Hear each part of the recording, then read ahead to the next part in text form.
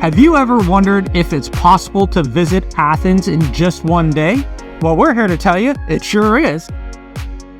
We just love Greece, and we have been to Athens so many times. We always stop in for a few days before we head to the islands or head up north. If you are planning on spending more than one day in Athens, check out our blog in the links below because we have information on where to stay, where to go, full itineraries, and the best things to do. So, what can you do with one day in Athens, Deb? Tell me. Well, we're going to give you a complete itinerary from morning till night. So, let's get started, Dave. Alrighty. Well, where are we going to start? Well, our day starts with a visit to the iconic Acropolis. Now, we suggest getting here early because you're going to beat the crowds and the heat. It is hot, especially if you're there in the summertime like we were. We suggest going right for opening at 8 a.m. and make sure to book your timed entry in advance. Now, it's important to note here that the rules have changed over the past year, and they'll probably continue to evolve and change, which makes things a little bit unclear whether you need timed entries or not and how that all works. So we suggest checking out our up-to-date blog post, which we've linked in the description about how to visit the Acropolis so that you don't get confused and you have all the right information. So we suggest getting the very first timed entry of the day at 8 o'clock a.m. But even if you are having that first entry, we suggest arriving much earlier, at least 7:30 a.m. because you want to be at the front of the line. Because let me tell you, everyone else is going to have the same idea as you, and you want to be first in so that you can actually see the Acropolis with no people. Yes. Now, when we went, there was no timed entries at all. But we were right at the front of the line, which we, again, suggest you should do. And we got in there, ran ahead of everybody, and we were able to get 3 minutes of uninterrupted viewing of the Acropolis and the Parthenon. So you'll want to spend at least a couple of hours admiring the Acropolis. It is the star of Athens.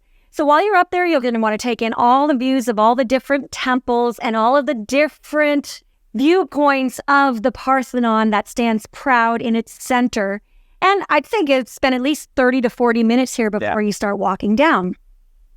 On your way down, you will see the Odeon Theater, which is an ancient theater that is still in operation today. They have concerts there, they have performances there, and they have a music festival there, and it's really cool to see.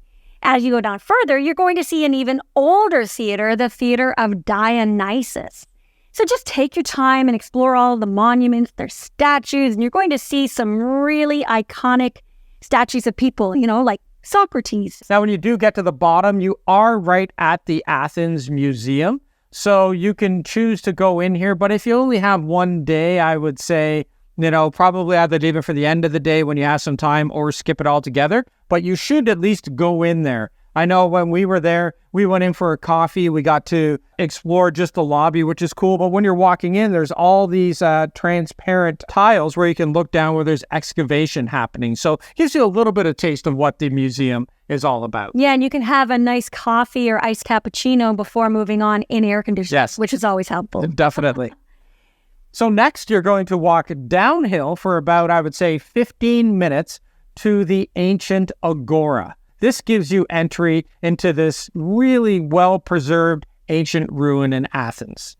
We found it actually more impressive than the Parthenon. It does look almost exactly the same with all those columns and the big square. And the great thing about this is you can get very close to it and walk around it to see it from all angles. You want to make sure to go inside the Stoa of Atalos. This is the museum that has those rows of columns. The columns themselves, I think they were restored back in 1954. Not ancient, but it's still a beautiful marble hallway where everybody goes for their Instagram shots. And there is a museum inside that you can cool off as well. Yeah.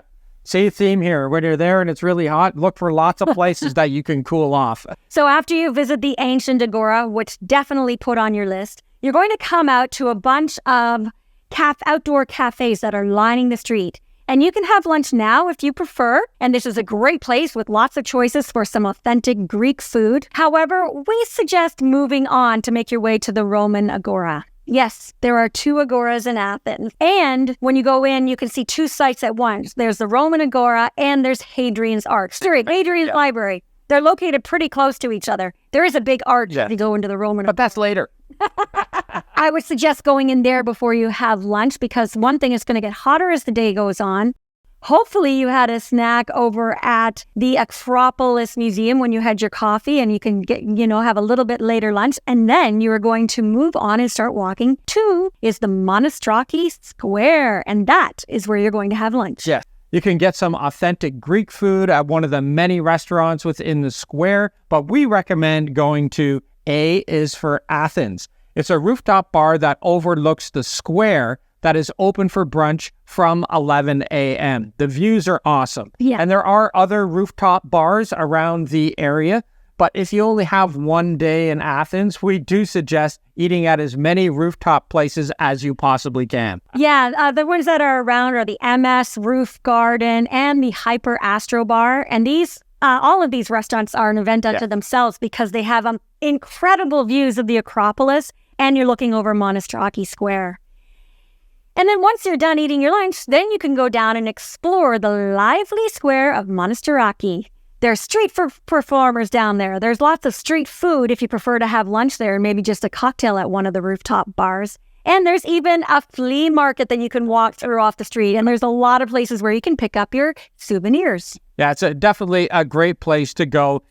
The next place you're going to do is you're going to actually stroll from Monastiraki Square along Ermou Street, which is the pedestrian-only street, all the way up to Syntagma Square. So this is a walking-only street, which is pretty cool because there's a lot of shops and restaurants if you feel like eating along there as well.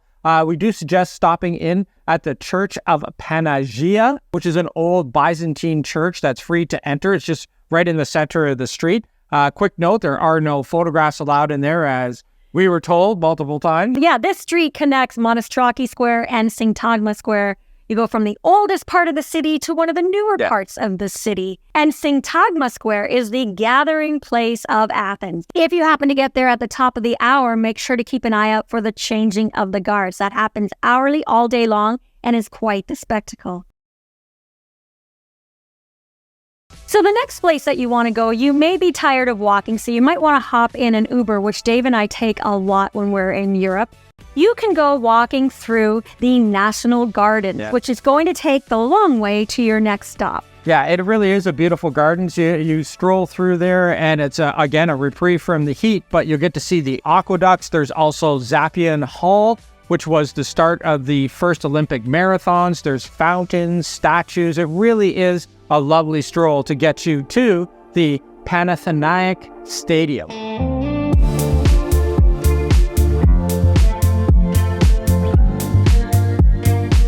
And why we suggest to go here is because it is a stadium that is completely made out of marble. Everything is marble. I was really floored. Yeah, this was the site of the first modern Olympics in 1896. Actually, it dates way back further, because the first stadium that was built on this site was actually in the 6th century BC. And it hosted the Panathenaic Games, which were a precursor to the Olympic Games. If you do want to go inside and walk around the marble staircases, the entire thing is made out of marble. We highly recommend it, and it doesn't take a lot of time. After you've done that and you're going to walk back towards the city, you'll come upon the Temple of Zeus. Now, it is good to note here that since we've been going there, it's just been under construction. It's had scaffolding on it and all that kind of stuff, so maybe you don't want to go in and take a look at it. And then when you walk out, we went to a place called Hadrian's Arch. Hadrian's Arch is a really cool arch that actually is the gateway into the Temple of Zeus. Temple of Zeus. But what I really like about it is that you can actually touch it. You can walk under it. You can get close to it. And then it also is like a border between the ancient Greece and this modern street. You walk out from the Temple of Zeus, and all of a sudden there's cars and buses and all this hustle and bustle going on. And it's a great spot now where all you have to do is look up and see your next stop. And that next stop includes some cocktails. You're going to head to a place called Athens Gate, which has an incredible rooftop view of the Acropolis. And so you get to look at it from all different sides. Remember we said you want to get as many views as possible. It also overlooks the Temple of Zeus as well as the Hadrian Arch. So you get a good, nice view from sitting up there with a nice cocktail, maybe an Aperol Spritz like we had, or grab yourself some appetizers before you head out to go for a late dinner. It's a nice place to kick back and relax for, a half an hour or an hour or so. So if you miss seeing the Acropolis Museum, it's just a short walk from Athens Gate. And the good thing is it's open until 8 p.m. So if you didn't go inside in the morning and you want to go inside and tour the museum now, it might be a good time to pop in to see all of the archaeological discoveries. So now, just outside of where you had your cocktails, you're now in the neighborhood of Plaka, where you can easily find a place to eat dinner. It is actually the most touristic part of Athens, I would say. It's one of the oldest and most picturesque neighborhoods in all definitely. And we do recommend maybe grabbing dinner at a place called Point A, Acropolis Point.